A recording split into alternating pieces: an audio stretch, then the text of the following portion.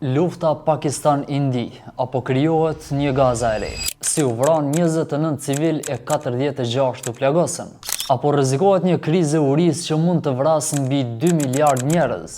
Sulmet që ndodhen gjatë natës midis Indisë dhe Pakistanit po shkaktojnë shqetësime globale pas vdekjes së 29 civilëve. Nga sulmet mësohet se kanë mbetur të paktën 46 të plagosur dhe rrëzimin e 5 avionëve luftarak indian. Kryeministri indian Narendra Modi u zotua se India do t'i ndjek autorët deri në skajet e botës dhe se do të ndëshkohen përtej çdo imagjinate.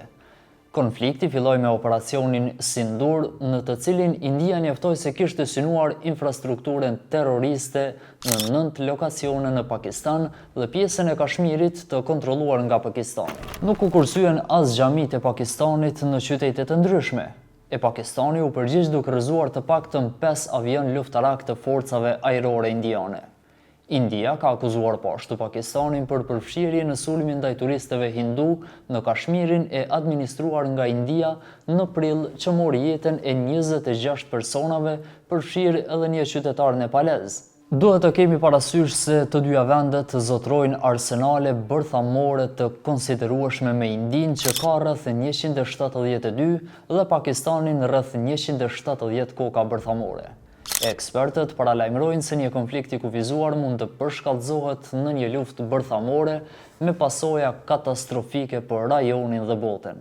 Thuhet se një luftë e tillë mund të shkaktojë një dimër bërthamor duke quar në urinë globale që mund të vrasë mbi 2 miliard njerëz. India ka një avantazh të konsiderueshëm në fuqinë ushtarake konvencionale, duke zotruar personel aktiv me 1.4 milion trupa, ndërsa buxheti i mbrojtjes është 81 miliard.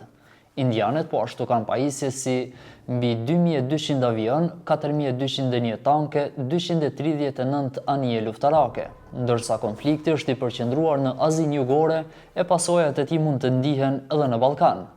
Një përshkallëzim i mëtejshëm pra mund të ndikojë në tregjet globale të energjisë dhe ushqimit, duke shkaktuar kështu edhe rritje të çmimit dhe pasiguri ekonomike. Gjithashtu, tensionet mund të ndikojnë në komunitetet e diasporës në rajon, e veçanërisht në vendet me popullsi të konsiderueshme muslimane. Situata mbetet e tensionuar derisa shumica e aeroporteve dhe fluturimeve janë të bllokuara.